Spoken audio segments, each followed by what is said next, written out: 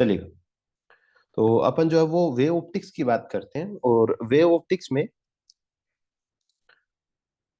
पहले अपन ने ray optics पढ़ा। रे ऑप्टिक्स में क्या था कि एक किरण आ रही थी, है ना, एक कोई रे आ रही थी, उसको टकरा के जो वापस जा रही थी, उसके आधार पे अपन क्या पढ़ रहे थे भाई, रिफ्लेक्शन पढ़ा, फिर रिफ्लेक्शन पढ़ा, फिर रिफ्लेक्शन में फिर एक चीज आया डिस्पर्जन, है ना। डिस्पर्जन में क्या हो रही थी, लाइट अलग अलग डायरेक्शन में जा रही थी। हम्म। अभी अपन जो है वो मल्टीपल रेज की बात करेंगे, है ना, कई रे निकलेंगी और कई रे निकल के एक प्रकार की वेव बनाती है, उसकी बातें अपन वेव ऑप्टिक्स में करते हैं। सबसे पहले वेव ऑप्टिक्स के लिए एक चीज आती है जिसको बोलते हैं वेव फ्रंट। ठीक है, हम्म। कुछ नाम है इसमें लिखवा रखा होगा आपको वेव फ्रंट के बारे में, है ना। हाँ।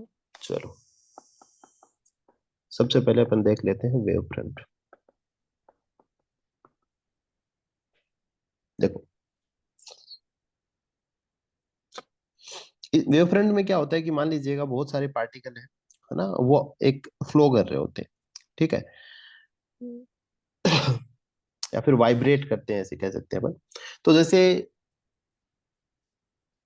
एक डायरेक्शन मान लीजिएगा, ये कोई एक जगह से पार्टिकल जा रहे हैं, वो इधर गए इधर गए, तो अलग अलग प्रकार के ऐसे वेव फ्रंट आपको बनवा रखे होंगे, है ना। सिलेंड्रिकुलर हो सकते हैं या फिर एक हम्म। रेक्टेंगुलर भी हो सकते हैं, ऐसे करके, है ना, ऐसा भी कुछ बनवा रखा हम्म। होगा, ऐसा अलग अलग प्रकार, इसको बोलते वेव फ्रंट। अभी पढ़ेंगे तो समझ में आ जाएगा, ठीक है, वेव फ्रंट। अब देखो हम्म। अलग अलग प्रकार के वेव फ्रंट होते हैं, जैसे अपन कह सकते हैं स्फेरिकल होगा, है ना, वो इस सिलेंड्रिकल वेव फ्रंट हो सकता है ना, और या फिर प्लेन वेव फ्रंट भी हो सकता है। ठीक है, तो ये रेज है, ये लाइट की रेज ही होती है एक प्रकार से, जो कि अलग अलग डायरेक्शन में फ्लो करती है। ठीक है, लेकिन पहले तो अपन क्या कर रहे थे भाई, एक लाइट के बारे में पढ़ रहे थे, अभी अपन कईयों के बारे में पढ़ रहे हैं, तो अपन क्या कह देंगे इसको, वेव फ्रंट कह देंगे। इसमें कुछ चीज आता है, फेज डिफरेंस की बात आती है, वो भी अपन देखेंगे इसमें, है ना। चलो। हम्म। इसके बाद में एक प्रिंसिपल आता है इसमें, वेव फ्रंट के बारे में पता ही होगा, कुछ खास चीजें होती नहीं है ना, लिखने को लिखवा रखी होगी डेफिनेशन आपके। एक चीज आती है ह्यूजेन प्रिंसिपल आती है ना, हाइगेन प्रिंसिपल भी बोल सकते हैं इसको, वो थोड़ा सा बताए थे आपको।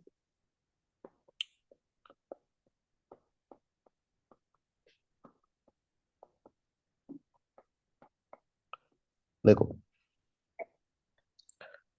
इसके कुछ रूल होते हैं, इसके कुछ प्रिंसिपल्स होते हैं, वो अपन देखेंगे कौन कौन से प्रिंसिपल होते हैं। ठीक है, देखो,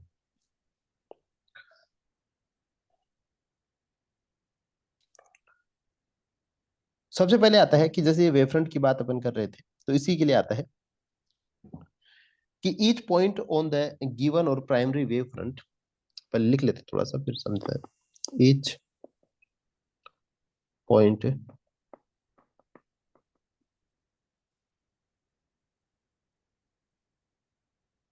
on primary wave front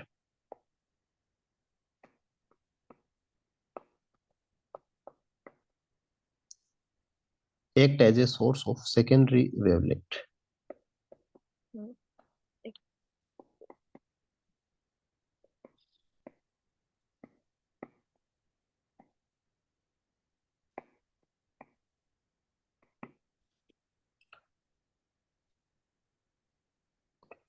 sending out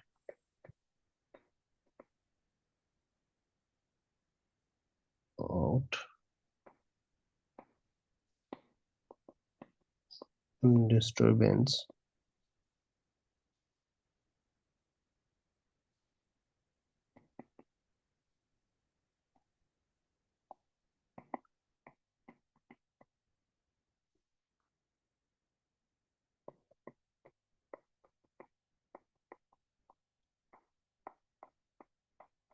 ठीक है, तो इसमें देखिए कि अपन ने अलग अलग प्रकार के वेव फ्रंट्स की अपन बात करते हैं। ठीक है, तो इसमें देखो अलग अलग प्रकार के वेव फ्रंट अपन पढ़ते हैं, कई चीजें हो सकती है ना। अभी अगर आप अपन आगे पढ़ेंगे, वाईडीएसी एक्सपेरिमेंट पढ़ेंगे, तब उसमें और जो है चीजें अच्छे से अपनी समझ में आएंगी।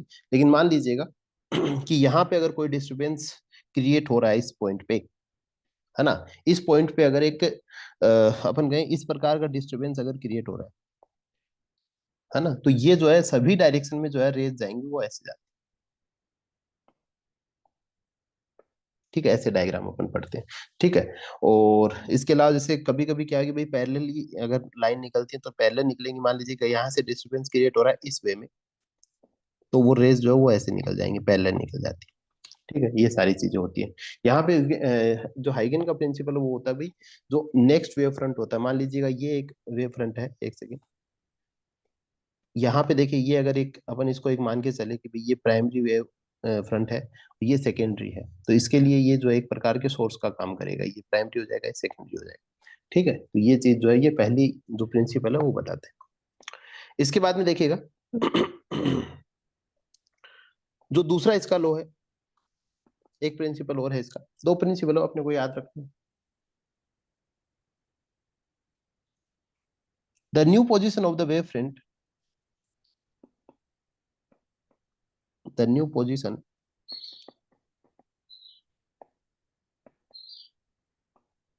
of the wavefront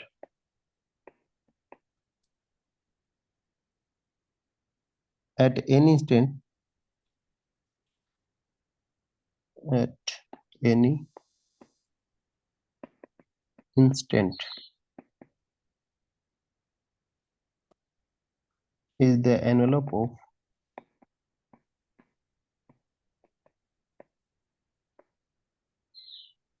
secondary wavelet।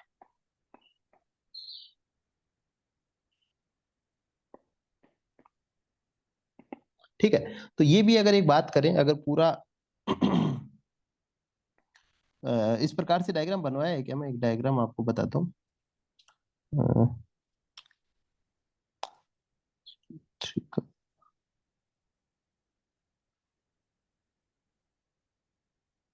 अगर ये प्रिंसिपल पढ़ाया है क्या आपको, हाँ एक ऐसा करके एक डायग्राम बनवा रखा होगा शायद, ऐसे, हाँ, बना रखा है। है ना, गोल सा करके,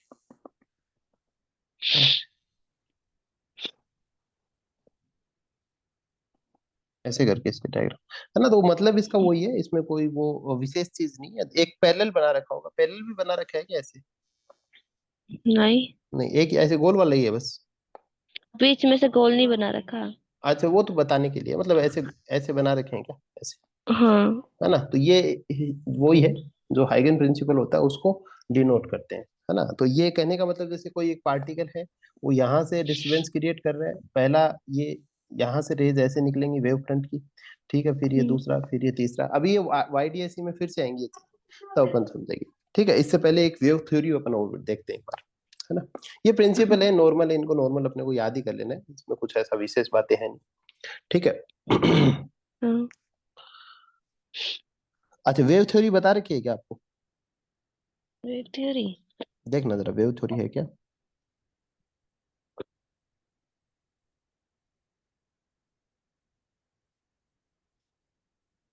नहीं है शायद। वेव थ्योरी नहीं है, चलो हो तो मैं बाद में बता दूंगा, थोड़ा लंबा टॉपिक है। चलो, और अगला इंटरफेरेंस बताया हुआ है ना।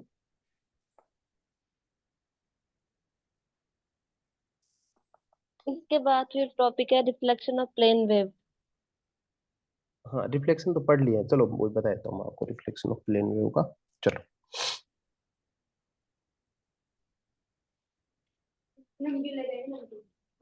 रिफ्लेक्शन है या रिफ्लेक्शन है, या दोनों है? दोनों है। ठीक है, तो चलो बात कर लेते हैं अपन रिफ्लेक्शन की। ठीक है, पहले अपन रिफ्लेक्शन देखते हैं, फिर रिफ्लेक्शन, ये पता है ना, इसमें कुछ भी नई बात है हाँ। नहीं। देखो,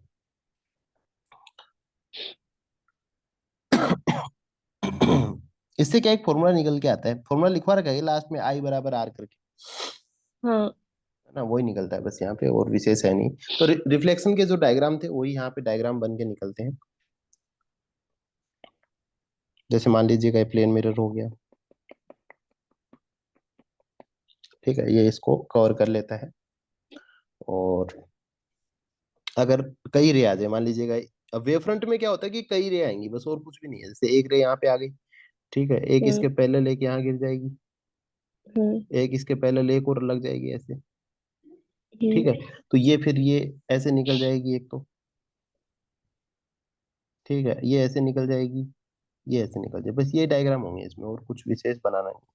ठीक है, अब इसके अंदर जो है अपन कहते हैं भाई, जो एंगल आते हैं, अगर अगर एंगल्स की बात करें, तो यहाँ पे जो है वो, अगर नॉर्मल खींचते हैं तो ये एक एंगल आई हो जाएगा यहाँ पे, ठीक है, इस प्रकार से।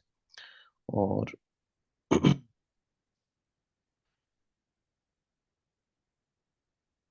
अगर अगर नॉर्मल खींचे तो यहाँ पे ये रिफ्लेक्ट हो रही है, तो एंगल आर भी हो सकता है ना।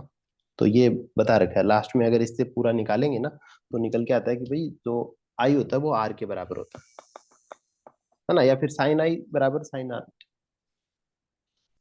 हम्म। है ना। यही सब बता रखा होगा, इसमें कुछ विशेष है नहीं। इसमें भी कोई कॉपी का डायग्राम समझ में नहीं आया। चलो ये मेरे को बताओ क्या चीज है, क्या समझ में नहीं आ रहा। ये कॉपी वाला डायग्राम समझ में नहीं आ रहा। कॉपी वाला ये डायग्राम ऐसा ही है, इसमें देखो एक चेक करो कि दो तीन रेज आ रही हैं, ये ऐसा बना रखा होगा कि जिसमें दो तीन डायग्राम आ रहे हैं ऐसे ऐसे करके, मतलब दो तीन लाइन आ रही है, इसको क्या बोल देंगे नहीं, इसको। हाँ बोलो फिर क्या। एक यार ये एक ही आ रही है क्या, एक में क्या कर रखा है तो बताओ मेरे को। एंगल आई भी बना रखा है, एंगल आर भी बना रखा है। हम्म।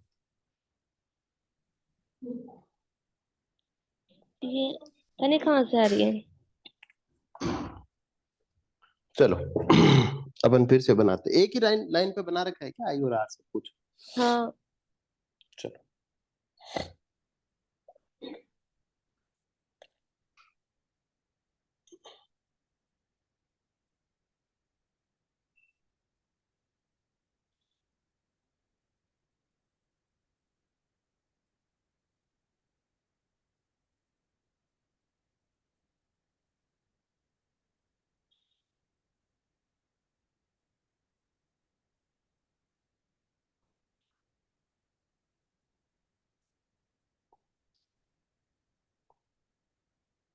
एक पे तो कैसे बना देगा।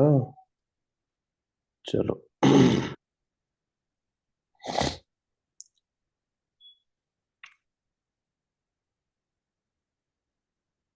ऐसे नहीं बना रखा होगा उसने, यही कर रखा होगा कि देखो मैं बताता हूँ, ऐसे बना रखा होगा फिर। एक लाइन से वेव फ्रंट नहीं बनेगा, पहली बात तो तीन लाइनें बनानी ही पड़ेंगी। ये आपने सीधा बोर्ड से बनाया था या कहीं और से बनाया था डायग्राम। बोर्ड से मैं था। बोर्ड से बनाया था क्या। चलो मैं बताता हूँ आपको। जैसे ये एक रे आई, यहाँ पे इंसिडेंट हुई है, ठीक है।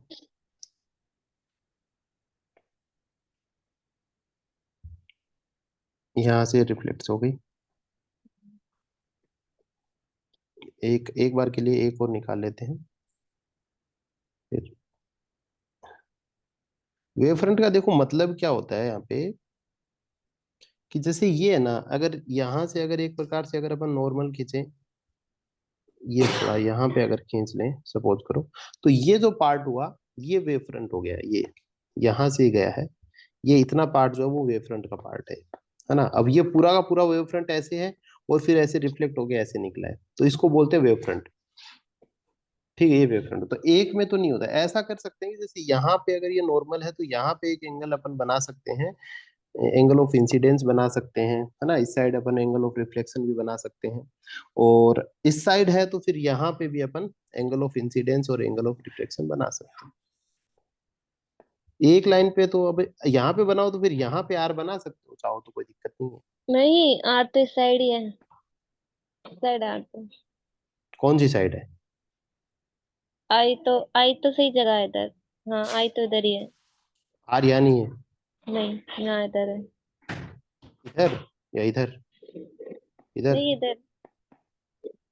हाँ ठीक है, आ तो गए इधर। डायग्राम मेरे को भेज देना, इसमें कोई विशेष कहानी है नहीं, है ना। ये अपन पढ़ के ही तो आते हैं, पीछे पढ़ के आए हैं आई बराबर आर, तो ये कोई बड़ी कहानी है नहीं, है ना। रिफ्लेक्शन वाले में कोई और है नहीं, मेरे को भेज देना, मैं इसी से समझा दूंगा फिर, है ना, क्योंकि मेरे बता समझ में भी नहीं आ रहा मैं क्या समझाऊं, यहाँ कुछ है नहीं ऐसा। रिफ्लेक्शन की बात करें तो रिफ्लेक्शन में क्या होता है कि भाई लाइन कट जाएगी। अच्छा देखो, रिफ्लेक्शन में भी एक ही रे ले रखी है या फिर एक से ज्यादा ले रखी एक ही ले रखे हैं। है। एक रे से मैंने कैसे हो, एक रे से बनेगा नहीं, गलत है एक मैंने रे से। फोटो भेज दी। फोटो अच्छा भेज दी मैंने। ओके ओके, दिखाओ मेरे को।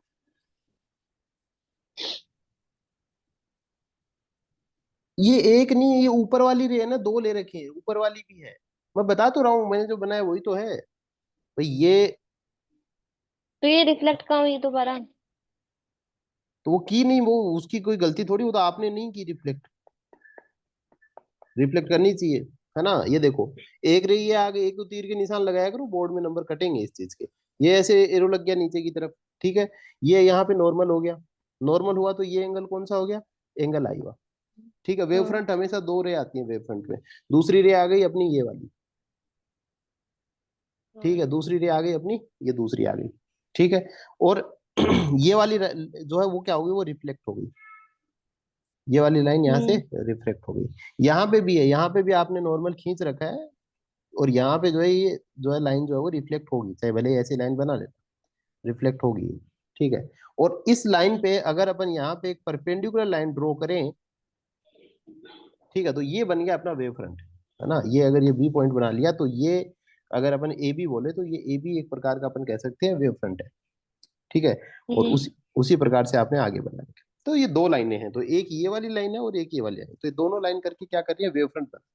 तो ये तो हो गया एंगल आई हो गया, ये आर के बराबर हो जाएगा ये वाला एंगल, हम्म है ना। ये वाला एंगल आर के बराबर हो जाएगा, और ये वाला यहां से निकालते हैं, ये प्रॉपर्टीज से निकलता है, ये आई के बराबर हो जाएगा, ठीक है। हाँ है ना, तो वही है, देखो लास्ट में एंगल आई बराबर एंगल आर, तो ये दोनों बराबर होते हैं, है ना। हाँ यही कहानी है, इसमें कोई विशेष नहीं। ये बस ध्यान रखना है वेव फ्रंट पे आई बराबर आर होते हैं रिफ्लेक्शन के मामले में। वैसे ही रिफ्लेक्शन वाले में भी दो लाइनें ले रखी, कम से कम दो तो लेनी ही पड़ेंगे अपने को, एक से नहीं होता। समझ रहे हो ना थोड़ा, हाँ है ना। ये दो रे हैं, एक तो ये वाली है और एक ये वाली है, दो, ठीक है। हम्म चलो।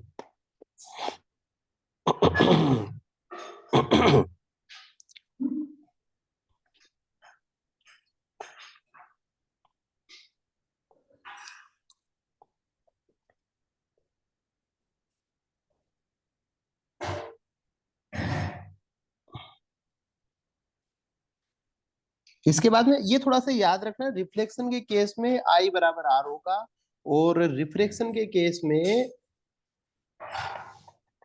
Sign i upon sine r upon बराबर एन टू वन होगा, वन है ना। ये ध्यान रखना है, बस इतना ही जरूरी है इसमें, और कुछ इसमें पूछते नहीं है, है ना।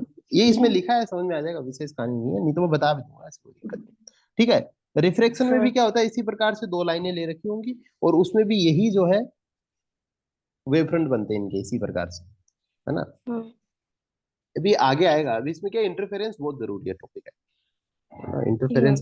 जैसे मान लीजिएगा ये अगर अपन एक बात करें, ये रिफ्लेक्टिव सरफेस है, और ये म्यू मीडियम कह सकते हैं अपन इसको, ठीक है। तो इसमें भी वही कहानी होती है, मान लीजिएगा इसमें एक रे आई, दो दो मिनिमम लेनी है, तीन लो तो आपकी मर्जी है, कहीं कहीं आपको तीन भी मिल जाएंगे, ठीक है। तो ये यहाँ से रिफ्लेक्ट हो जाएगी, नॉर्मल की तरफ शिफ्ट होगी लाइन थोड़ी सी, ये भी इधर रिफ्लेक्ट हो जाएगी और नॉर्मल की तरफ शिफ्ट होगी। मैं बस आपको डायग्राम बनाने बता रहा हूँ कि कैसे बने हुए होंगे। ये एंगल हाँ रिफ्लेक्शन आर्क बता सकते हैं, और ये नॉर्मल के इधर आई हो जाएगा, ठीक है। और हाँ अगर यहाँ पे एक परपेंडिकुलर ड्रॉ करेंगे, इस प्रकार से बन रखा होगा आपके, देखो ये परपेंडिकुलर पी ड्रॉ करेंगे तो ये क्या हो जाएगा, अपना वेव फ्रंट हो जाएगा फिर, है ना। इसी को वेव फ्रंट बोलते हैं, ठीक है। तो ये ऐसा डायग्राम होगा आपकी कॉपी में, ऐसा करके। तो वही जो है ये क्या हो गया, अपना रिफ्लेक्शन वाली बात हो गई। और ये जो दो चीजें पढ़ी है ना अपन ने, इसी को बोलते हैं वेव, हम्म वेव थ्योरी बोलते हैं। जो रिफ्लेक्शन और रिफ्लेक्शन वाली बात पढ़ी है, इसी को वेव हाँ थ्योरी बोलते हैं। अभी आप आगे पढ़ लो, फिर ये अपने आप देखना, ये चीजें आपके समझ में आ जाएंगी, ठीक है। हाँ चलो,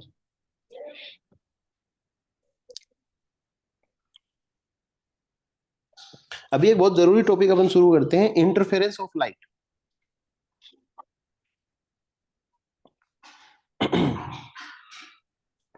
देखो होगा इसमें, है क्या, हाँ इंटरफेरेंस ऑफ लाइट। और ये टॉपिक बहुत इंपॉर्टेंट टॉपिक है बोर्ड के लिए, ठीक है, पूछा जाता है।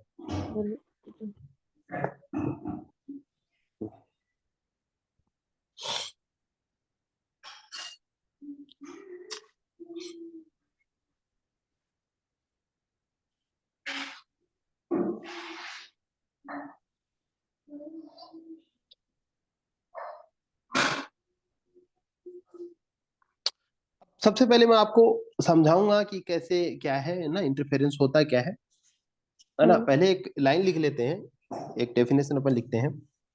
The phenomenon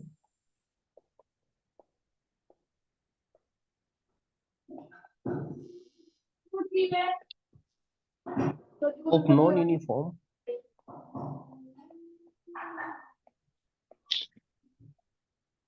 distribution of energy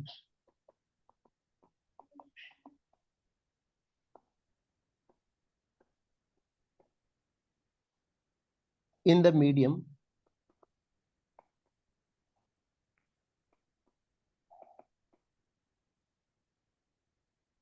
of two light medium due to superposition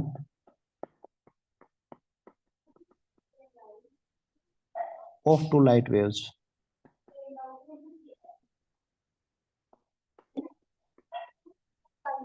is called interference. तो इसी को क्या कहते हैं, इंटरफेरेंस कहते हैं। देखो इंटरफेयर है ना, अपन जनरल पढ़ते हैं इंटरफेयर, सॉरी इंटरफेयर करना, एक दूसरे को इंटरफेयर करते हैं, है ना। उसी से अपन थोड़ा सा इसको समझने की कोशिश करते हैं। देखो वास्तव में है क्या ये, वो आपको मैं समझाता हूँ। जैसे आपके अपने घर में ऊपर कोई खिड़की होगी, है ना, बंद कमरा है मान लीजिएगा, अपन देखते हैं ऐसी चीजें। मान लीजिएगा एक बंद कमरा है, यहाँ पे अपन इंटरफेरेंस ऑफ लाइट पढ़ रहे हैं, ठीक है। ठीक है, मान लीजिएगा एक बंद कमरा है, इसके अंदर अपन दो बहुत छोटे छोटे छेद कर दें, ठीक है। दो बहुत ही छोटे छोटे छेद कर दिए अपन ने, बहुत छोटे छोटे छेद कर दिए, रात का टाइम है। अब अपन जो है यहाँ पे मान लीजिएगा टॉर्च जलाएं या फिर कोई भी लाइट का सोर्स दे, ठीक है। सोर्स को अपन डिनोट करते हैं एस से, ठीक है। यहाँ पे कोई भी अपन लाइट का सोर्स दे, अगर मैं यहाँ पे लाइट मारूं, पूरे कमरे में बाहर एकदम दीवार है लेकिन दो इसमें से छेद है, ठीक है। अब इन दो छेदों में से लाइट क्या करेगी, अंदर आएगी। अब लाइट अंदर आएगी तो आप मुझे ये बताइए कि थोड़ी रोशनी पूरे कमरे में हो जाएगी या फिर बस इसके सिरे सिरे में होगी। जहाँ ये नहीं, मान लीजिएगा आप पूरे हाँ, कमरे में नहीं चलेगी, है ना। तो फिर से आप थोड़ी समझने की कोशिश करना, चलिएगा। मैं पहले एक सोर्स से समझता हूँ इसको, सोर्स को अपन अंदर ले आते हैं। सोर्स मतलब जहां भी एस लिखा होगा ना, वहां समझना कोई लाइट का सोर्स है। यहाँ पे मैं एक टॉर्च लगा देता हूँ, यहाँ पे टॉर्च, घर में जो टॉर्च जलाते हैं ना, वो वाली टॉर्च। ऊपर जहां बल्ब लगाते हैं ना, बल्ब लगाते हैं, वहां पे अगर अपन टॉर्च लगाते हैं बल्ब की जगह, ठीक है, तो मुझे बताइए, अगर सारी लाइटें बंद कर दे, सिर्फ टॉर्च जला रहे हैं, तो लाइट रोशनी जो है पूरे कमरे में होगी या फिर पूरे कमरे में नहीं होगी। टॉर्च जलाने से पूरे कमरे में नहीं होगी। नहीं, देख जला के देखना, है ना, पूरे कमरे में हो जाती है, ठीक है। हाँ, उसकी जो मुख्य लाइट है, बहुत ज्यादा लाइट यहाँ पे गिरेगी, लेकिन आसपास भी क्या होगी, रोशनी होगी, है ना। ऐसा नहीं है पूरे कमरे में नहीं होगी, जला के देखना आप ये वाला काम। तो उसी प्रकार से मैं यही समझाना चाह रहा था, आप समझ नहीं पा रहे हो, लेकिन मैं बता देता हूँ, फिर वो याद रख लेना कि मान लीजिएगा दो बहुत छोटे छेद कर दे अपन, और उसके पीछे एक टॉर्च जला दें, और उन छेद में से लाइट आएगी, वो सीधी सीधी लाइट नहीं गिरेगी, वो थोड़ी थोड़ी फैलती जाएगी, फैल जाएगी, और वो थोड़ी थोड़ी जो है वो पूरे कमरे में फैलेगी वो लाइट, ठीक है। यही होता है इंटरफेरेंस ऑफ लाइट, ठीक है। मतलब इंटरफेरेंस ऑफ लाइट किस प्रकार से जो है एक दूसरे की जो वेव फ्रंट होता है, वो एक दूसरे में उसकी जो है वेव फ्रंट जो एक दूसरे में घुस जाता है। उसका मैं आपको डायग्राम बनाता हूँ, आपको जो कॉपी में बना रखा होगा। ये एक छोटा सा उदाहरण से समझाने की कोशिश की है मैंने, समझ में आ जाएगा, अभी फिर से बताता हूँ, ठीक है। मान लीजिएगा ये एक दीवार है, ये एक दीवार है। तो कोई डायग्राम ही नहीं है। नहीं है तो मैं बना रहा हूँ, ये ध्यान रख लेना, इंपॉर्टेंट डायग्राम है एक, नई डायग्राम है तो मैं बनवा दे रहा हूँ। मान लीजिएगा ये पूरी एक दीवार है, और इस दीवार में दो छेद कर देते हैं अपन कोई भी, ठीक है। इस पूरी दीवार में अपन ने क्या कर दिए, दो छेद कर दिए बीच में, ठीक है। लाल कर देता हूँ मैं इन छेदों को ऐसे करके, और इनके पीछे जो अपन क्या करते हैं, कोई सोर्स ले लेते हैं। सोर्स ले लिया एस, एस ले लिया, एस का मतलब हो गया यहाँ से लाइट आ रही है, ठीक है। तो अपन कह रहे हैं कि एक इसकी जो है एक्सिस एक बनाते हैं अपन कि इसकी लाइट किधर जानी चाहिए, इसकी लाइट ऐसे जानी चाहिए, ऐसे जानी चाहिए इसकी लाइट। ये डायग्राम आपको आगे कहीं जरूर मिल जाएगा, ठीक है। ये ऐसे ले लिया, इसकी लाइट जानी चाहिए ऐसे, ठीक है। और यहाँ से लाइट ऐसे ही चलेगी, मान लो आप उस दीवार के पीछे खड़े होके टॉर्च जला रहे हो, तो उसकी रोशनी ऐसे जाएगी, यहाँ पे ऐसे, फिर थोड़ी दूर जाएगी तो वो फैल जाएगी, है ना, ऐसे फैल जाएगी। ऐसे फैल जाएगी, थोड़ी दूर जाएगी तो और फैल जाएगी, ऐसे करके। लेकिन अब वो रोशनी कहाँ जाएगी, वो इस ये सोर्स बन जाएगा। तो पहले अपन ने क्या कहा था भाई, एक जो सोर्स होता है ना, अगर वो बीच में कोई दूसरा पॉइंट सोर्स आ गया, जैसे ये यहाँ पे दूसरा आ गया, तो यहाँ से फिर से लाइट जाएगी, ठीक है। तो यहाँ से क्या करेगा, नया वेव फ्रंट बनेगा। समझने की थोड़ी कोशिश करना, यहाँ से लाइट जाएगी तो यहाँ से एक नया वेव फ्रंट बनेगा, मतलब अपने को ऐसे लगेगा कि लाइट कहाँ से आ रही है, इस पॉइंट से आ रही है। इधर ऐसे लगेगा लाइट इस पॉइंट से, आपको पीछे की टॉर्च नहीं दिखाई दे रही। तो वेव फ्रंट जो है वो कहाँ से बनेगा, वो यहाँ से बन जाएगा मान लीजिएगा। तो मैं यहाँ से एक नया वेव फ्रंट बनाता हूँ, तो वो इस प्रकार से वेव फ्रंट बनेगा, ठीक है। हाँ और थोड़ा बड़ा बनता जाएगा, जैसे जैसे आगे चलता जाएगा ना, वेव फ्रंट बड़ा बनता चला जाएगा, हाँ। ठीक है। और आगे जाएगा तो और बड़ा बनेगा, ठीक है, ऐसे करके बने। इसी प्रकार से दूसरे सोर्स में भी एक वेव फ्रंट बनेगा, समझ रहे हो, हाँ। है ना। अब जो है ऐसे ऐसे वेव फ्रंट बनता जाएगा, तो अंत में जो है एक ऐसी स्ट्रक्चर बन जाएगी कि जैसे मान लीजिएगा, एक मैं कॉमनली बता रहा हूँ, ऐसे इसका वेव फ्रंट होगा, वहीं एक इसका वेव फ्रंट होगा, वहीं एक इसका वेव फ्रंट होगा, वहीं इसका वेव, मतलब ये इस इन दोनों जो सोर्स है लाइट के, इन दोनों के वेव फ्रंट क्या करेंगे, एक दूसरे को काट देंगे, एक दूसरे के ऊपर आ जाएंगे, इनकी जो वेव फ्रंट्स की लाइट है। जनरली वेव फ्रंट कैसे बनता है, ऐसे बन जाएगा, फिर एक वैसे, फिर एक ऐसे, फिर एक ऐसे, ऐसे बनता जाता है। लेकिन अगर इनके जस्ट पास में बहुत ज्यादा डिफरेंस नहीं हो, तो क्या होगा, उनके जो वेव फ्रंट होंगे वो एक दूसरे की लाइट को काटते चले जाएंगे, हाँ। समझ रहे हो। अब देखो इसीलिए इनका क्या हो गया, ये एक प्रकार से इनका सुपर पोजिशन हो गया, एक दूसरे के ऊपर चढ़ गए, है ना। तो ये क्या है, इसका सुपर पोजिशन है। तो देखो फिर से देखो आप, क्या कह रहा है, the phenomenon of non uniform distribution of energy in the medium due to superposition of two light waves. तो ये जो आगे जो तामझाम हो रहा है, ये कोई यूनिफॉर्म थोड़ी हो रहा है, कोई यूनिफॉर्म पैटर्न थोड़ी है। अगर मैं कहूं कि एक सोर्स है, उसकी अगर लाइट जाएगी तो वो एकदम यूनिफॉर्म है, आप बता सकते हो कि एक सोर्स के द्वारा बनने वाला वेव फ्रंट है ये। लेकिन अगर यहाँ पे सोर्स क्या हो गए, दो सोर्स हो गए, तो इनकी वेव फ्रंट क्या हो रहा है, एक दूसरे को सुपर इम्पोज कर रहा है, इसका वेव फ्रंट एक दूसरे में घुस रहा है। तो क्या मैं इस लाइट को यूनिफॉर्म कह सकता हूँ क्या, ये तो यूनिफॉर्म नहीं है नहीं। ना, क्यों, एक दूसरे को हाँ, काटे जा रहे हैं, इसको पढ़ कैसे गई। यूनिफॉर्म कह दोगे। तो इंटरफेरेंस में क्या होता है कि यो नॉन यूनिफॉर्म फिनोमिनन आपको देखने को मिलता है, किसका, एनर्जी का। एनर्जी मतलब लाइट हो गई, ठीक है। हाँ। क्यों, इसका क्या कारण है, ये नॉन यूनिफॉर्म क्यों हो रहा है डिस्ट्रीब्यूशन लाइट का, क्योंकि इसमें सुपर पोजिशन हो रहा है लाइट वेव्स का। हम्म। समझ में आ रहा है इंटरफेरेंस। हाँ। और ये इंटरफेरेंस जो एग्जाम में पूछा जाता है भाई, ठीक है। ये डायग्राम जो है देख लेना, अपनी बुक में मिल जाएगा। इसके बाद में अभी मैं यंग डबल स्लिट एक्सपेरिमेंट पढ़ाऊंगा, YDSE, उसमें ये चीज बड़ी काम आएगी, है ना। ये पढ़ाऊंगा लास्ट में आपको, कैसे कैसे समझना है इन चीजों को, ठीक है। तो हाँ। ये यहाँ पे आता है, ये पॉइंट हो जाता है ना। इसकी डिस्टेंस होता है, ये D1 होता है, ये D2 होता है ना। इस प्रकार से ऊपर नीचे होता है, ठीक है। तो ये मैं आपको बताऊंगा बाद में, चलो। तो इंटरफेरेंस अगर नहीं है तो ये डायग्राम देख लेना, बनाना है एग्जाम में भी, है ना। चलो, हाँ। इसके बाद में बात करते हैं, अगला एक टॉपिक आता है।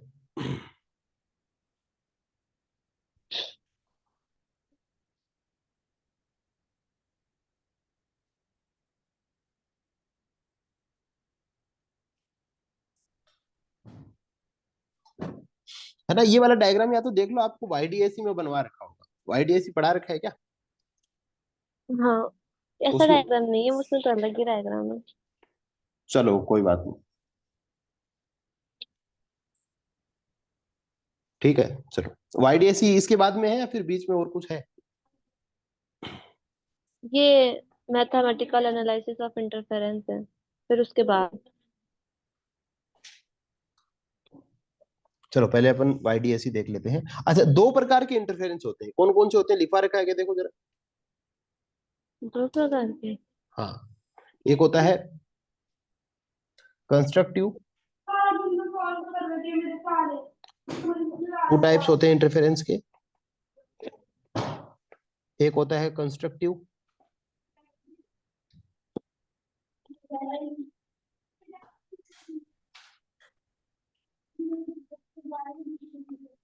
नहीं, नहीं है।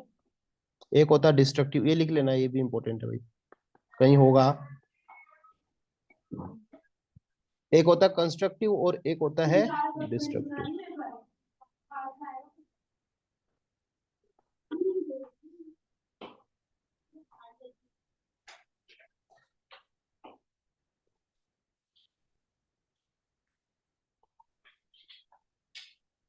ठीक है। अच्छा, कंस्ट्रक्टिव का मतलब क्या होता है कि मान लीजिएगा आप एक टॉर्च जला रहे हो, ठीक है, मैं समझाना चाहता हूँ आपको क्या मतलब होता है इसका। जैसे मान लीजिएगा आपने एक टॉर्च जला दी, टॉर्च जला के देखना, एक तो आपको टॉर्च जलानी नहीं आती है भाई, ठीक है। तो टॉर्च जलाते हैं तो उसकी स्ट्रेट लाइन में एक फोकस गिरता है, हाँ तो वहां पे तो क्या होती है, लाइट इंटेंसिटी बहुत ज्यादा होती है, हाँ। ठीक है। तो जहां पे लाइट इंटेंसिटी बहुत ज्यादा होती है उसको बोलते हैं कंस्ट्रक्टिव इंटरफेरेंस, है ना। तो हाँ। कंस्ट्रक्टिव इंटरफेरेंस, क्योंकि वहां पे क्या हो रही है कि बहुत सारी जो वेव फ्रंट बन रहा है वो वहां पे एक अच्छी इंटेंसिटी के साथ वहां पे जाके लाइट गिर रही है, तो वो हो गया कंस्ट्रक्टिव। और कुछ ऐसे एरियाज होते हैं टॉर्च के साइड में जहां पे क्या होता है कि लाइट बहुत थोड़ी सी होती है ना। जैसे हम्म कोई काम कर रहे होते हैं टॉर्च से अपन, है ना, तो फिर कहते हैं भाई हम्म ढंग से टॉर्च मार, है ना। तो हम्म एकदम अच्छी जगह पे टॉर्च मारे ताकि क्या हो, कंस्ट्रक्टिव इंटरफेरेंस बने और वहां पे अच्छे से रोशनी पहुंचे। लेकिन कुछ ऐसे एरियाज भी होते हैं टॉर्च के साइड में जहां पे क्या होती है कि लाइट की इंटेंसिटी अच्छी नहीं होती है, उसको बोलते हैं डिस्ट्रक्टिव इंटरफेरेंस। हम्म। ठीक है, तो ये दो प्रकार के इंटरफेरेंस होते हैं। समझ गए दोनों चीजें। हाँ चलो, इसके बाद में अपन बात कर लेते हैं YDSE की बात कर लेते हैं, ठीक है। हाँ।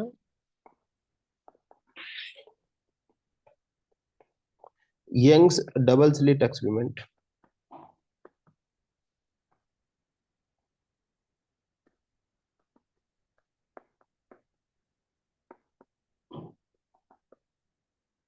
ठीक है, YDSE में भी ये डायग्राम बनेगा, मतलब ये एक्चुअली YDSE का एक डायग्राम होता है ना, ऐसा ऐसा करके डायग्राम बना रखा होगा। अच्छा देखो जरा, आपके YDSE में दो सोर्स बता रखे हैं या फिर एक सोर्स से डायग्राम बनवा रखे हैं? ये सोर्स चेक करो तो कितने, तो ऐस- S1 S2 ले दो रखे हैं है क्या? दो है दो है दो। हाँ हाँ, दो है है ना दो है। S1 S2, ठीक है। चलो, इस प्रकार से डायग्राम बनेगा जिसमें S1 S2 दो सोर्स लिए जाते हैं, ठीक है। चलो,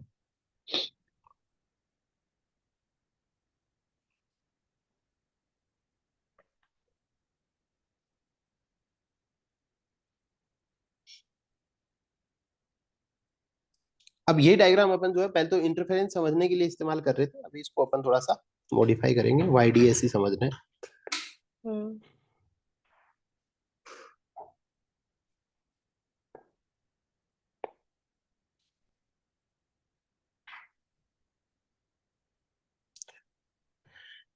ठीक है, तो इसमें अपन ने दो सोर्स ले लिए मान लो। अब कुछ नाम है, कुछ टर्म्स हैं जिनको आपको देखना है, अपने खुद में भी देख लेना, कॉपी में भी देखना, वो सारे नाम लिखवा रखेंगे जो मैं आपको बताते चलता हूँ, ठीक है। हम्म।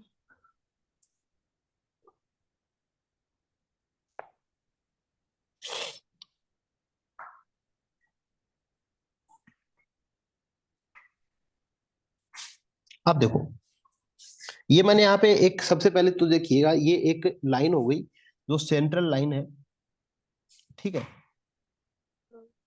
ये जो सेंट्रल लाइन होती है, मान लीजिएगा आप यहाँ पे टॉर्च जलाते हो, तो यहाँ पे जो है जो सेंट्रल लाइन होती है, इस पे क्या होती है, इसको मैंने कह दिया भाई O पॉइंट। आपकी कॉपी में अगर कोई दूसरा पॉइंट लगाया हुआ है तो मेरे को बता देना, ठीक है, मैं लगा लेता हूँ O पॉइंट। हाँ। और ये जो स्ट्रेट लाइन है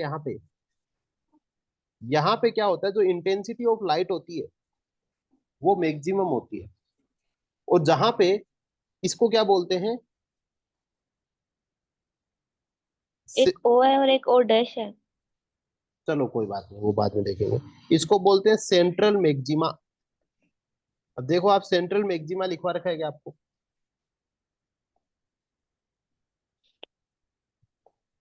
ये नाम लिखवा रखा है क्या? ये नाम। ये नाम अगर कहीं नहीं मिले तो ये लिख लेना, लिख रखा है तो बहुत सुंदर बात है।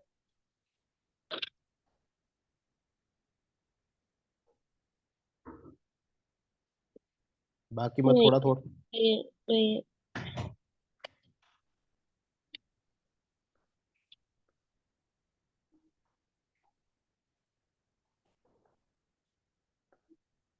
ये इसको तो।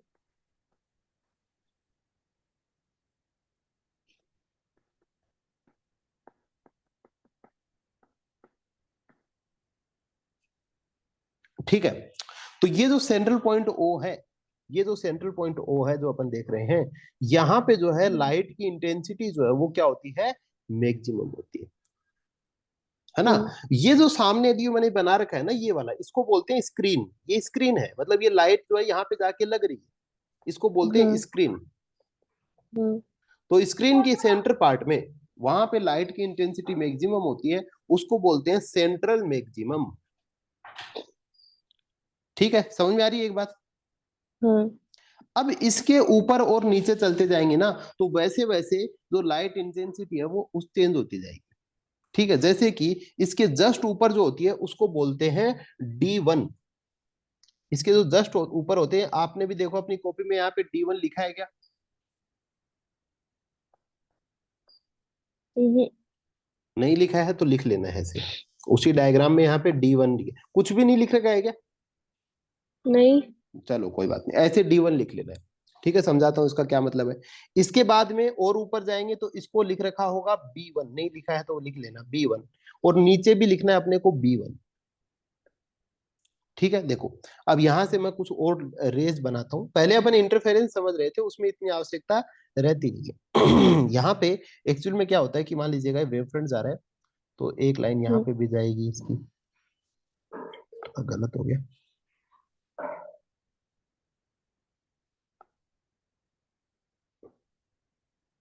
ठीक है, और एक लाइन इसकी यहाँ पे भी जाएगी। ये वेव फ्रंट की लाइन है, ये गलत हो गया।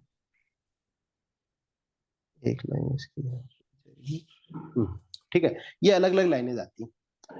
एक होती है, ये सेंट्रल होता है, इसमें मैक्सिमम लाइट होती है। इसके बाद में जो पहली फ्रिंज बनती है, इनको फ्रिंज बोलते हैं, अभी मैं बताता हूँ आपको। तो ये पहली फ्रिंज बनती है, इसको बोलते हैं डार्क फ्रिंज। ठीक है, इसके बाद में अगली फ्रिंज बनती है, उसको बोलते हैं ब्राइट फ्रिंज।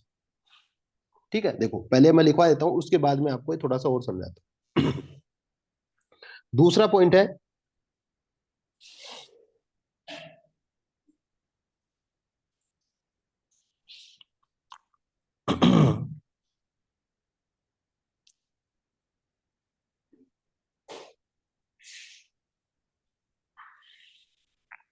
ये ब्राइट एंड डार्क फ्रिंज। ठीक है, ऐसे लिख देते हैं, alternate bright and dark fringe. अभी इसके क्वेश्चंस आते हैं, कैसे आते हैं वो मैं आपको बताऊंगा। अभी बस आप ध्यान रख लेना कि फ्रिंज होती क्या है और कैसे बनती है। अल्टरनेट का मतलब हो गया कि एक डार्क बनेगी। अच्छा, सबसे पहली होती है वो कौन सी होती है, वो डार्क होती है। हम्म। सबसे पहले जो फ्रिंज बनती है वो डार्क बनती है, उसके बाद में ब्राइट फ्रिंज बनेगी। अब इसके बाद में क्या बनेगा, नीचे D2 बनेगी, डार्क फ्रिंज बन हम्म। जाएगी। उसके नीचे B2 बनेगी, ब्राइट फ्रिंज बनेगी। हम्म। ठीक है, इनको फ्रिंज बोलते हैं। फ्रिंज इनका एक फोकस पॉइंट कह सकते हैं इनको। ठीक है, इनको एक फ्रिंज बोल देते हैं। ठीक है, अब देखो, अब मैंने इससे पहले क्या किया था कि मैंने कहा था भाई एक क्या होती है, एक दो प्रकार के इंटरफेरेंस होते हैं, उनके नाम बताइए कौन कौन से होते हैं। एक होता है कंस्ट्रक्टिव हाँ, और एक होता है डिस्ट्रक्टिव। डिस्ट्रक्टिव। डिस्ट्रक्टिव, ठीक है। तो ये दो प्रकार के इंटरफेरेंस बताए। आप देखो, आप कोई ब्राइट फ्रिंज और डार्क फ्रिंज लिखवा रखे हैं कॉपी में कहीं, चेक करो। हाँ। लिखवा रखी है ना, चलो तो। अब हम्म। जो ये ब्राइट फ्रिंज जो बनती है, उसको ध्यान रखना, ये चीजें बहुत इंपॉर्टेंट है, मैं बता रहा हूँ, और इनको याद भी रखना थोड़ी सी। जो ब्राइट फ्रिंज बनती है तो वहां पे क्या होगा भाई, लाइट जो ज्यादा रहेगी या कम रहेगी, ये बताओ मेरे को, थोड़ा सोच के बता दो। कहाँ पे, ब्राइट पे? हाँ, कम रहेगी। और डार्क पे? नहीं, डार्क पे कम रहेगी, ब्राइट पे ज्यादा रहेगी। हाँ, तो बताओ ज्यादा लाइट रहेगी वो कौन सा इंटरफेरेंस होता है? कंस्ट्रक्टिव। कंस्ट्रक्टिव। तो देखो, कंस्ट्रक्टिव इंटरफेरेंस जो है, उसके द्वारा जो फ्रिंजेस बनती हैं वो कौन सी होती हैं, वो ब्राइट फ्रिंज होती है। ठीक है, हाँ। जो कंस्ट्रक्टिव इंटरफेरेंस के द्वारा जो फ्रिंजेस बनती है वो होती है ब्राइट फ्रिंज। और जो डिस्ट्रक्टिव इंटरफेरेंस के द्वारा जो फ्रिंजेस बनती है वो होती है डार्क फ्रिंज। अभी आप बस थोड़ा सा जो मैं चीजें बता रहा हूँ इनको थोड़ा ध्यान में रख लो, अभी कैसे चीजें पूछी जाती हैं, क्या ये होती हैं, ये सब आपकी समझ में आ जाएगा। ठीक है। हाँ अभी तक देखो मैंने आपको इंटरफेरेंस बताया, इंटरफेरेंस होता क्या है भाई, हाँ। एक non uniform distribution of energy होता है एक मीडियम में। क्यों भाई नॉन यूनिफॉर्म क्यों होता है? क्योंकि उसमें जो लाइट्स होती है उनका सुपरपोजिशन हो जाता है। और इंटरफेरेंस दो प्रकार के होते हैं, एक होता है कंस्ट्रक्टिव और एक होता है डिस्ट्रक्टिव। और इसमें इंटरफेरेंस का अपन यूज करते हैं वाईडीएसी में। और वाईडीएसी में अपन बात करते हैं यंग डबल स्लिट एक्सपेरिमेंट, इसका नाम होता है यंग डबल स्लिट एक्सपेरिमेंट। ठीक है, ये जो है ना ये स्लिट है, ये जो देखो S1 और S2 बता रखे हैं ये एक स्लिट है, इसीलिए इसको हाँ बोलते हैं डबल स्लिट। तो इसमें देखोगे आप हमेशा दो स्लिट का जो है वो इस्तेमाल किया जाता है। ठीक है। अब इसमें जो है दो प्रकार की फ्रिंजेस बनती हैं। तीन चीजें याद रखनी, एक सेंट्रल मैक्सिमा होती है, ठीक है, सेंट्रल में जो लाइट होती है वो मैक्सिमम होती है। इसके बाद में पहली जो फ्रिंज बनती है वो डार्क फ्रिंज होती है जो कि डिस्ट्रक्टिव इंटरफेरेंस के द्वारा बनती है। फिर ब्राइट होती है जो कि कंस्ट्रक्टिव इंटरफेरेंस के द्वारा बनती है। हाँ। ठीक है। अब देखो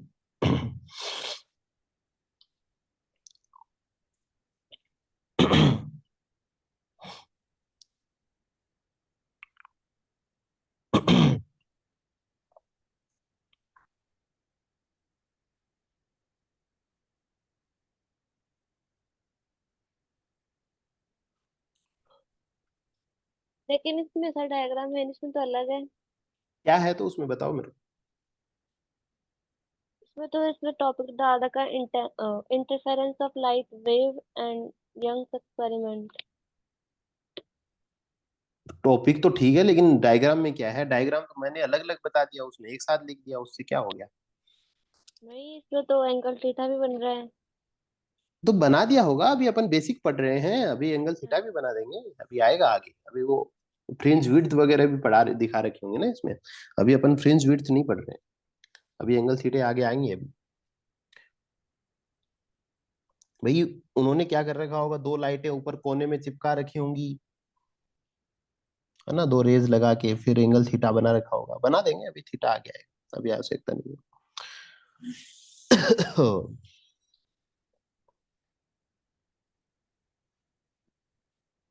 फॉर्मूला थोड़ी लिखवा रखा है कोई, वाई डी, लास्ट में। वाई डी अपॉन डी बराबर एन लेमड़ा, ऐसा कुछ लिखवा रखा है क्या? वाईडी। वाई डी अपॉन डी ऐसे करके कोई फॉर्मूला लिखवा रखा है क्या? क्या फॉर्मूला लिखवा रखा है? में beta equals to lambda D upon small d. हाँ हाँ, अभी आवश्यकता नहीं है, अभी धीरे धीरे पढ़ेंगे वो, अभी आप समझ लो पहले, आप इंटरफेरेंस समझ लो, अभी आ जाएगा है ना। फॉर्मूला अपन थोड़ी लिखे, अभी तो अपन चीजें समझ रहे हैं, ब्राइट फ्रिंज क्या है, डार्क फ्रिंज क्या है ना। हाँ चलो, कोहेरेंट सोर्स पढ़ा रखे हैं क्या आप? हाँ। चलो कोहेरेंट सोर्स देखते हैं, अभी अपन थोड़ी टर्मिनोलॉजी समझ रहे हैं कि इन चीजों का मतलब क्या है।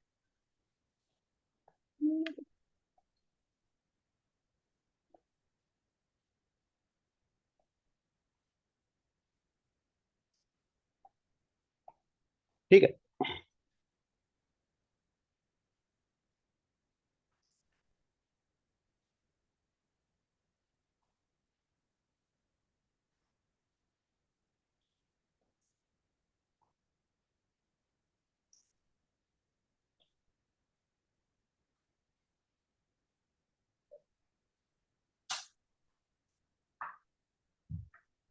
ठीक है, तो कोहेरेंट सोर्स होता क्या है भाई? देखो एक सीधी सी बात है, मान लीजिएगा दो सोर्स है, सोर्स ऑफ लाइट अपन कह सकते हैं, वो क्या करते हो,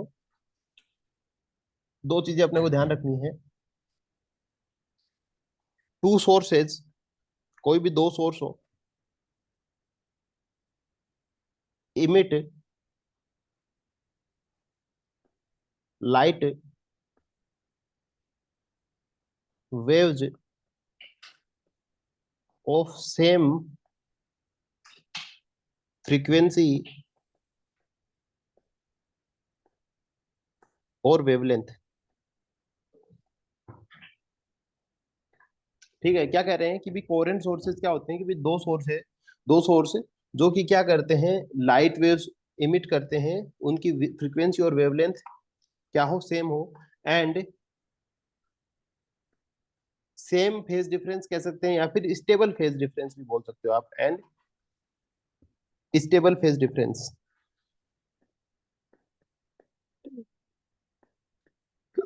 उनको क्या बोलेंगे, कोहेरेंट सोर्स बोलेंगे। अब क्वेश्चन कैसे बनता है भाई इसका कि नीचे दिए गए कोई भी जो है कौन सी चीज जो है वो कोहेरेंट सोर्स को वेरीफाई नहीं करती है, या फिर ऐसे एक तो नॉर्मल क्वेश्चन तो ये बनेगा भाई कोहेरेंट सोर्स क्या होता है बताइए, या फिर नीचे आ जाएगा भाई coherent sources must have same frequency difference different frequency, या फिर सेम वेवलेंथ डिफरेंट वेवलेंथ, है ना, डिफरेंट फेज डिफरेंस, ऐसे कुछ क्वेश्चन नीचे ऑप्शंस बन सकते हैं। समझ रहे हो ना, लेकिन अपने को क्या पता नहीं होना चाहिए, कोहेरेंट सोर्स पता होना चाहिए। फिर दूसरा क्या भाई, नॉन कोहेरेंट इसका ऑपोजिट हो जाएगा, जिसमें ये सारी चीजें ऐसे नहीं हो, उसको अपन क्या बोल देंगे, नॉन कोहेरेंट बोल देंगे। हम्म, ठीक है। हम्म,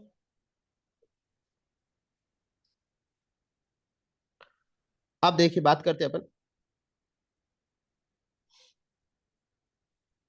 अब एक छोटी सी लाइन आती है पहले, प्रिंसिपल ऑफ, आपको बता नहीं रखा क्या कंस्ट्रक्टिव और डिस्ट्रक्टिव इंटरफेरेंस नहीं बता रखा क्या? नहीं। चलो कोई बात, थोड़ा सा पढ़ना पड़ेगा अपने को। देखो,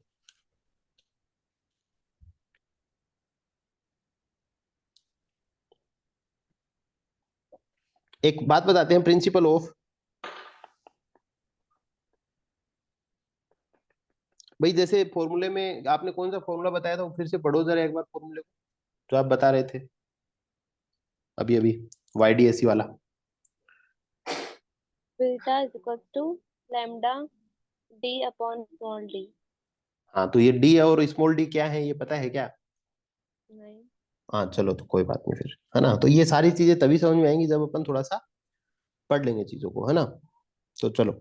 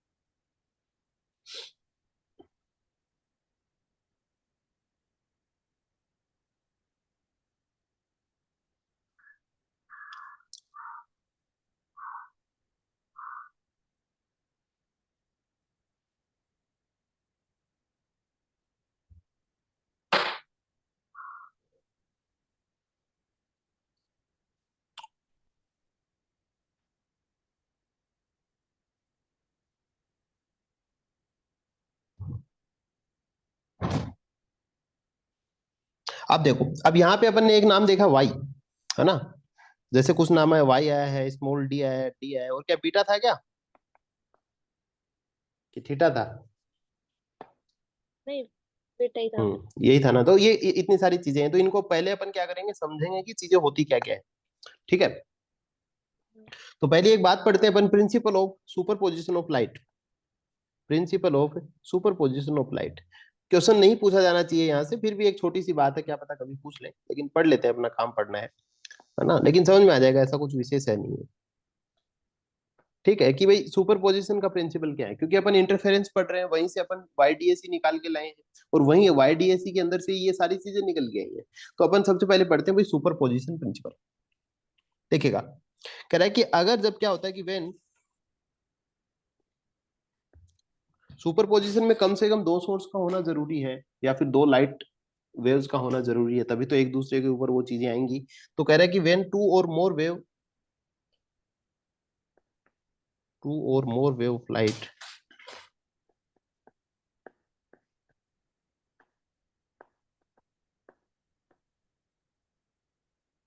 ट्रेवलिंग इन ए मीडियम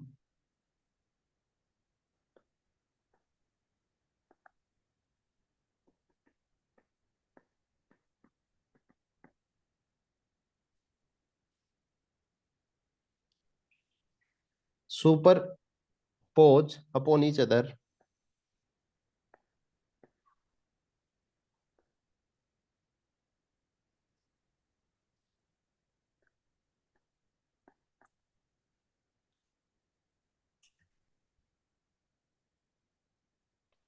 अब आता है the resultant then the resultant displacement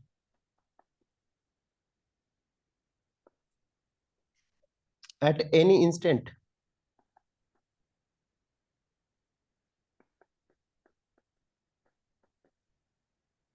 is equal to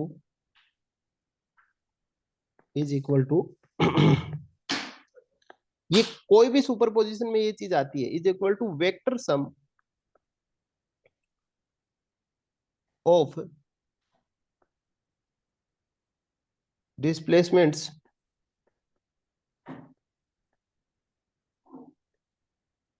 due to individual wave, due to individual wave. चलिए मैं समझाता हूं आपको, ये कोई बहुत इंपॉर्टेंट चीज नहीं है, अभी एक लाइन में समझ में आ जाएगा पूरा। लेकिन कह रहे हैं कि मान लीजिएगा दो या दो से अधिक वेव अगर क्या करती है, एक मीडियम में ट्रेवल करती है और वो एक दूसरे को क्या करते हैं, सुपर इम्पोज करती है, ठीक है। फिर वो क्या करती है, एक रिजल्टेंट वेव बनाती है, उन सब का सुपर इम्पोज करके मान लीजिएगा कोई एक वेव बनती है ना। वो क्या हो गया कि सीधा डिस्प्लेसमेंट हो गया, है ना। अभी समझाता हूँ। एट एनी इंस्टेंट, किसी एक पॉइंट पे वो किसके बराबर होगा, vector sum of all the displacement due to individual wave, उन सब का क्या होगा, वेक्टर सम होगा, ठीक है। देखिएगा इसको मैं कैसे समझाते हैं, अपन बात करते हैं। सपोज कीजिएगा जो टोटल वेव का डिस्प्लेसमेंट है वो है वाई, है ना, उसको वाई से डिनोट करते हैं। अभी धीरे धीरे समझेंगे चीजों को। पहले मैं एक डायग्राम बताता हूँ आपको।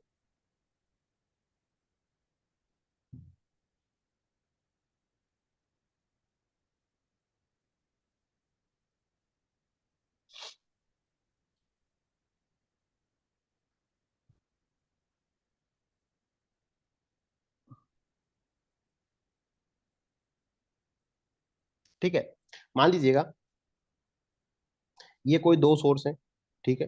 ये मुख्य सोर्स है, ये स्लिट हो गई, S1 S2 हो गई, ठीक है। ये स्क्रीन हो गई, ठीक है। और ये जो है, ये एक दूसरे के ऊपर क्या करते हैं, इस प्रकार से सुपर इम्पोज करते हैं। सुपर इम्पोज करते करते एक वेव बनाते हैं जिसकी पोजीशन कहाँ पे हो गई, यहाँ पे हो गई। इस पोजीशन को मैं बोल देता हूँ पी, और इस पी का जो डिस्टेंस है वो यहां से पड़ेगा इतना, यहां से पड़ेगा इतना, और यहां से पड़ेगा इतना, ठीक है। एक ऐसा कोई डायग्राम बना भी रखा होगा आपके यहाँ, ठीक है। नहीं है तो कोई बात नहीं, समझ लीजिएगा, इसमें कोई विशेष नहीं है, बनाने की आवश्यकता है, ठीक है। ये इस प्रकार से सोर्स हो जाएगा, और ये जो ये ओ पॉइंट है ये बनाता है सेंट्रल मैक्सिमा। इस पी पॉइंट की बात करते हैं। मान लीजिएगा अलग अलग वेव बना रही है, लेकिन एक वेव मान लीजिएगा इधर गई है, सीधी गई है, एक वेव सीधी गई, एक इधर गई, एक इधर गई। इन सब का जो रिजल्टेंट वेव बना वो यहाँ पे बन गया, ठीक है। इन सब का जो रिजल्टेंट वेव का पॉइंट रहा वो हो गया यहाँ। इस पॉइंट को अपन कह देते हैं वाई। इस पॉइंट को अपन ने क्या नाम दे दिया, वाई दे दिया। और बहुत सारी है, वाई 1 है, वाई 2 है, वाई 3, वाई 4, वाई 6, ऐसे बहुत सारी है, लेकिन अपना जो रिजल्टेंट है वो कहाँ पे आ गया, यहाँ पे आ गया। तो ये देखिए कैसे इसको लिखते हैं अपन।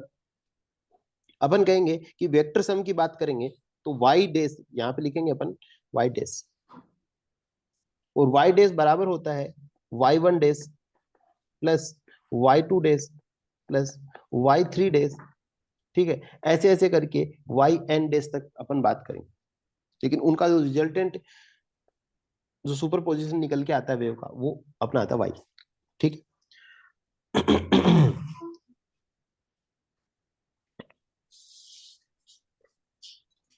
एक फॉर्मूला है, आप डायरेक्ट याद कर लेना, वो फॉर्मूला याद कर लेना, अभी उसकी कुछ ज्यादा जरूरत पड़ेगी नहीं।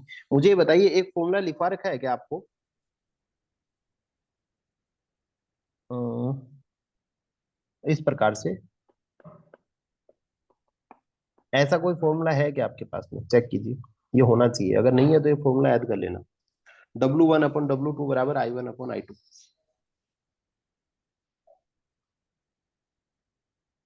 ये नहीं है ना तो ये लिख लेना ना, ये इस पर क्वेश्चन पूछा जाता है, बाद में बता दूंगा मैं आपको।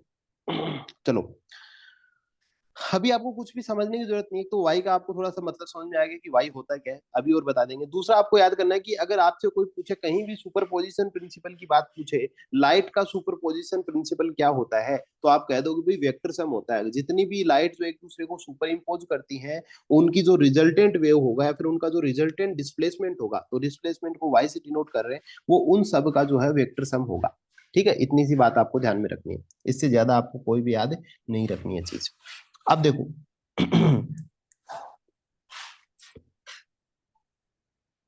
अब ये वाई की बात की, मान लीजिएगा ये जो डिस्प्लेसमेंट हो गया कहाँ से, अगर मैं सेंटर से बात करूं तो ये क्या हो गया, ये वाई डिस्प्लेसमेंट हो गया। मैंने कहा भाई ये अगर एक पॉइंट है तो ये क्या है, ये इसका क्या हो गया, रिजल्टेंट डिस्प्लेसमेंट हो गया, जिसको अपन ने क्या कह दिया, वाई कह दिया।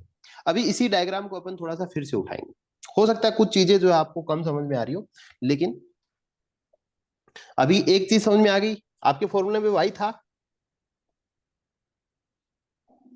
क्या कि नहीं था, नहीं था। नहीं था भाई, नहीं। चलो, तो ये वाई आपके समझ में आ गया, ठीक है। तो वाई होता क्या है, यहां से लेके यहां तक की डिस्टेंस को वाई बोलते हैं। अब अगली चीज अपन समझते हैं डी क्या होता है, एक छोटा डी था, है ना, नहीं था तो भी कोई बात नहीं, था तो भी अच्छी बात है ना। आगे के फॉर्मूलेज में आएगा। दूसरा अपन कहते हैं, मान लीजिएगा फिर से दो सोर्स हैं, ये एक S1 हो गया, ये S2 हो गया, ये स्लिट 1 स्लिट 2 हो गया, ठीक है, मैं इनको ले लेता हूँ। और यहाँ पे फिर से जो है अपन कहेंगे भाई एक ये रिजल्टेंट निकल के आया जिसको अपन ने P पॉइंट दे दिया, ठीक है, यहाँ पे P दे दिया, ये एक स्क्रीन है, और यहाँ पे है सेंट्रल मैक्सिमा जिसको O कह रहे हैं, और ये वाला डिस्टेंस जो है वो क्या है, Y है। हाँ। समझ में आ रहा है, जो हाँ। स्लिट के बीच में डिस्टेंस होता है, जो स्लिट्स के बीच में डिस्टेंस होता है, इसको बोलते हैं स्मॉल डी। समझ गए। हाँ। और जो स्क्रीन और आपकी जो स्लिट्स है इनके बीच में डिस्टेंस है, इसको बोलते हैं कैपिटल डी। हाँ। समझ गए दूसरी चीज। हाँ। अब देखो अब जो आप फॉर्मूलेज बता रहे थे वो अपन निकालने की कोशिश करते हैं, ठीक है।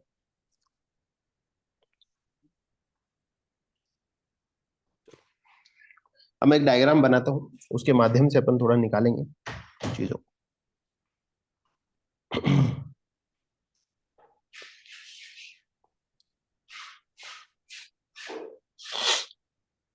इसमें समझा भी रखा है फिर सीधा फॉर्मूला लिखवा रखा है। यंग यंग एक्सपेरिमेंट का। हाँ हाँ, नहीं ये इसका, हाँ ये जो फॉर्मूले जो लिखवा रखे हैं ये सीधे डायरेक्ट फॉर्मूले लिखवा रखे हैं या फिर बता रखा है कैसे आए। डेरिवेशन दिखा रखी है ना पूरी। चलो तो मैं आपको डेरिवेशन समझा देता हूँ फिर, देखिएगा।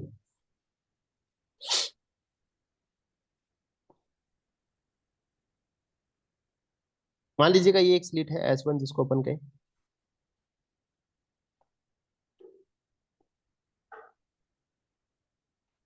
ये एक और स्लिट है जिसको अपन कह रहे हैं S2, ठीक है, हम्म।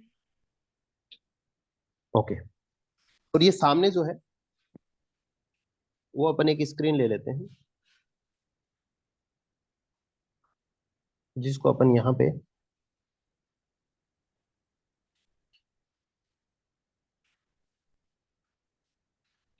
ये एक डिस्टेंस अपन यहाँ पे लिया, ये तीर एरो अपन यहाँ पे लगाते हैं, इधर जो है वो रिजल्टेंट निकल के आ रहा है, और ये पॉइंट है P, ये पॉइंट अपन ने P ले लिया, यहाँ पे पीछे सोर्स है, ठीक है। और ये जो है एक सेंट्रल मैक्सिमा अपन यहाँ पे बनाते हैं, जिसको अपन कह रहे हैं O। हम्म। मान लीजिएगा ये जो स्लिट का जो डायरेक्ट डिस्टेंस है उसके लिए भी अपन एक लाइन खींच लेते हैं, और उसको अपन लिख देते हैं A। एक और अपन डिस्टेंस खींच लेते हैं इसी प्रकार से, जिसको अपन लिख देते हैं B। और ये डिस्टेंस क्योंकि अपन निकाल चुके हैं, अपन सीख चुके हैं कि भाई ये जो डिस्टेंस है इसको बोलते हैं Y।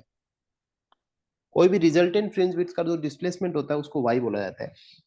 और ये जो S1 और S2 के बीच का डिस्टेंस है इसको बोलते हैं स्मॉल d, ठीक है। और ये जो बड़ा वाला डिस्टेंस है इसको बोलते हैं कैपिटल D, ठीक है।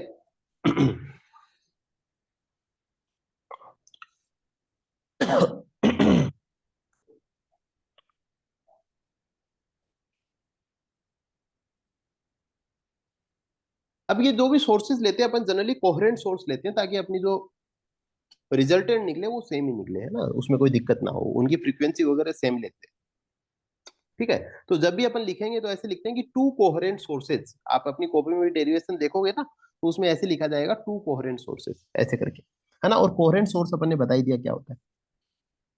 तो अपन ने कहा भाई दो लाइट सोर्स हो गए S1 और S2 हो गया, उनको अपन ने एक डी डिस्टेंस पे एक दूसरे से रखा, ठीक है, उनके सामने एक स्क्रीन रखी हुई है जिसके बीच का डिस्टेंस जो है वो कैपिटल डी है। ठीक है, ये सारा अपन जानते हैं। अब जो है, हम्म अब अपन बताते हैं कि भी मान लीजिएगा अगर अपन एक लाइन लिखे यहाँ पे, if x is the path difference, कुछ मोटी चीजें पढ़ेंगे, है ना। देखो क्या कह रहा है, x अगर क्या है, पाथ डिफरेंस है between the light waves, between the light wave, light wave के बीच में जो एक्स एक्स है वो क्या है, पाथ डिफरेंस है। अच्छा, पाथ डिफरेंस का मतलब क्या होता है कि मान लीजिएगा इसको यहाँ पी पे पहुंचने में इतना थोड़ा ज्यादा बड़ा है, ये छोटा है और दूसरा जो है बड़ा है, इन दिनों दोनों के बीच में ऐसे लाइन खिंचवा रखी है क्या आपको, परपेंडिकुलर यहाँ पे, हम्म, है खिंचवा रखी है। है ना। तो ये वाला जो है ये डिस्टेंस क्या हो गया, इसको बोलते हैं पाथ डिफरेंस ना। यहाँ पे एक एंगल भी बना रखा होगा, ये सारी चीजें होती है, करेंगे अभी, है ना। तो ये क्या हो गया, पाथ डिफरेंस होता है। कह रहे भाई एक्स क्या है, कि अगर पाथ डिफरेंस है तो वो अपन कैसे निकालते हैं, कि जैसे पाथ डिफरेंस क्या होगा, इन दोनों के बीच में जो डिफरेंस है उसी को तो बोलेंगे। तो क्या कह रहा है, एक्स जो होगा वो होगा एक्स बराबर S2P माइनस S1P। ठीक है, तो S2P जो हम्म है ना, ये बड़ी है ये छोटी है ना, तो ये पाथ डिफरेंस हो जाएगा। ठीक है, अब यहाँ पे अपने क्या होता हम्म है, यहाँ पे y को xn ले रखा है। हाँ तो कोई बात नहीं, तो XN ले लो, एक ही बात है, कुछ भी ले लो मतलब अपने हिसाब से। ठीक है, हाँ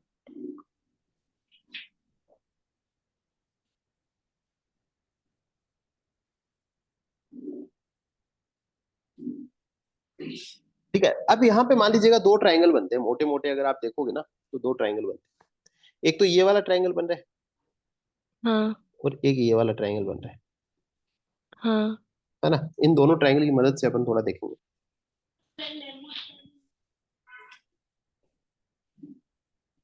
तो कह रहा है इन ट्रायंगल S2BP, S2BP में अपन देखते हैं, इसमें देखो अपन पाइथागोरस थ्योरम लगाते हैं। कौन सा लिया अपन ने, S2BP अपन ले रहे हैं, S2BP। ठीक है, S2BP अपन क्या निकालना चाह रहे हैं, S2BP की अगर बात करें तो इसमें लिखेंगे S2B का स्क्वायर। ठीक है, S2P का स्क्वायर, S2P स्क्वायर बराबर S2B स्क्वायर प्लस BP का स्क्वायर। समझ में आ रहा है क्या, ये बताओ मेरे को, हम्म है ना। यहाँ पे पाइथागोरस थ्योरम लग गई। हम्म ठीक है, इनमें जो अपन देखो, अगर अब मैं कहूँ भाई S2B स्क्वायर क्या होता है, डी को ही बोलते हैं, तो मैं क्या कह दूं भाई, डी का स्क्वायर बोल देता हूँ यहाँ पे। हम्म ठीक है, डी का स्क्वायर प्लस बीपी स्क्वायर देखो क्या है, बीपी स्क्वायर। ठीक है, तो बीपी में क्या हो जाएगा, अगर ये डी है तो ये क्या हो सकता है, ये D/2 हो सकता है। देखो जरा समझ में आ रहा है क्या, ये D/2 वाला समझ में आ रहा है क्या, ये भाई ये टोटल अगर डी है तो ये D/2 हो जाएगा। हाँ ठीक है, तो मैं इसको प्लस कर सकता हूँ, इसमें मैं लिख सकता हूँ कि y प्लस D/2। देखो जरा समझ में आता है कि अगर मैं यहाँ पे लिख देता हूँ y प्लस D/2 का स्क्वायर, समझ में आ रहा है क्या।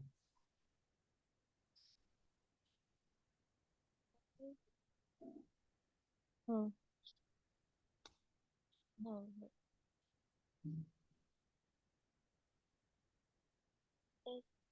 तो ये वैल्यू लिखी, ये बीपी स्क्वायर।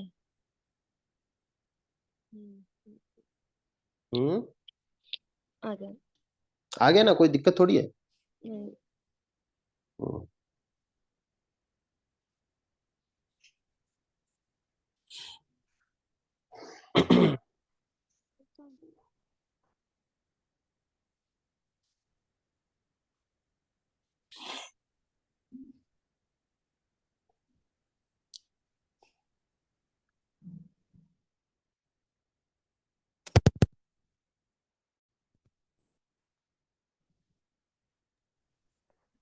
इसी पर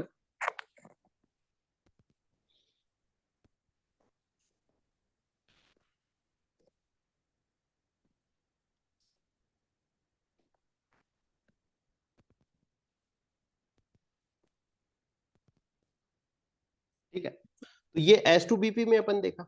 इसी प्रकार अपन दूसरे ट्रायंगल में बात कर लेते हैं, S1AP की बात कर लेते हैं, सॉरी हाँ S1AP। S1AP देखो कौन सा हो जाएगा, ये हो गया S1, ये हो गया A और ये हो गया P। ये वाला ट्रायंगल अपन ने देख लिया। ठीक है, इस ट्रायंगल में देखो, मैं लिखता हूँ फिर आप देखना जरा मैं सही लिख रहा हूँ क्या। S1P का स्क्वायर बराबर S1A² प्लस AP का स्क्वायर। इसी को अगर मैं लिखना चाहूँ तो मैं लिख सकता हूँ directly D² plus y minus D/2 का होल स्क्वायर। देखो सही लिख रहा हूँ, ये समझ में आ रहा है। यहाँ पे माइनस आ गया, ये समझ में आ गया क्या आपको, हम्म। आ गया ना। आ गया। ठीक है, अब अगर मैं बात करूं, अगर अपन इन दोनों को क्या करें, एक दूसरे से माइनस कर दें अगर, ठीक है, अगर अपन ऐसे कर दें कि S2P² माइनस S1P², तो ये आएगा D² plus y plus D/2 का whole square minus D² plus y minus D/2 का होल स्क्वायर। ठीक है, ये ऐसे आएगा। और इसको अगर आप माइनस करके देखोगे तो अपन कहेंगे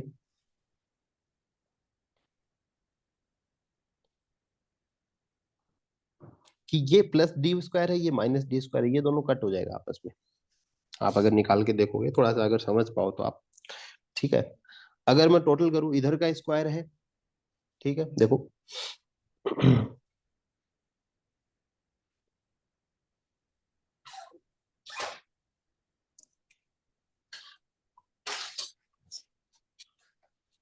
ये SP² माइनस S1P² को अपन ऐसे भी लिखते हैं कि S2P plus S1P, S2P minus S1P बराबर y प्लस D/2 का whole square minus y minus D/2 का होल स्क्वायर। ठीक है, ये S2P माइनस S1P, ये S2P माइनस S1P है, उसी को अपन क्या बोल रहे हैं, एक्स बोल रहे हैं ऊपर। अब अगर मैं बात करूं सबसे पहले, तो अपन ने क्या कहा है, S2P माइनस S1P को अपन ने क्या लिखा है, एक्स लिखा है। तो यहां से अगर अपन निकालें कि S2P plus S1P into x बराबर 4y, देखना इसको निकालने की कोशिश करना, ये निकलेगा ऐसे 4y, इसको स्क्वायर करेंगे, ठीक है ना, इसकी प्रॉपर्टी से निकालेंगे, और डॉट D/2 बराबर 2y। ठीक है, तो ये जो चीज यहाँ पे निकल के आती है, वो अपना ये निकल के आएगा यहाँ से, अगर निकालते हैं, है ना, फिर मैं आपको बताता हूँ। x बराबर आएगा 2y S2P प्लस S1P। ठीक है, ये एक x निकल के आएगा। ठीक है, तो आज जो है एक बार ये थोड़ा सा ट्राई करना है ना, ये निकालने का। अभी मैं थोड़ा बिजी हूँ इसलिए निकलूंगा अभी मैं, लेकिन एक बार ये थोड़ी सी कोशिश करना। यहाँ तक आपके समझ में आ गया ना, हम्म। है ना, तो ये और देख लेना, थोड़ा नहीं होगा तो फिर मैं आपको कल बता दूंगा। ठीक है, तो आज अपन ने एक्स निकाला है, कल फिर जो है इसका आगे का जो है वो अपन फॉर्मूला निकलेंगे। जो एक्स निकलेगा आप अगर निकाल के देखना चाहो तो ये निकलेगा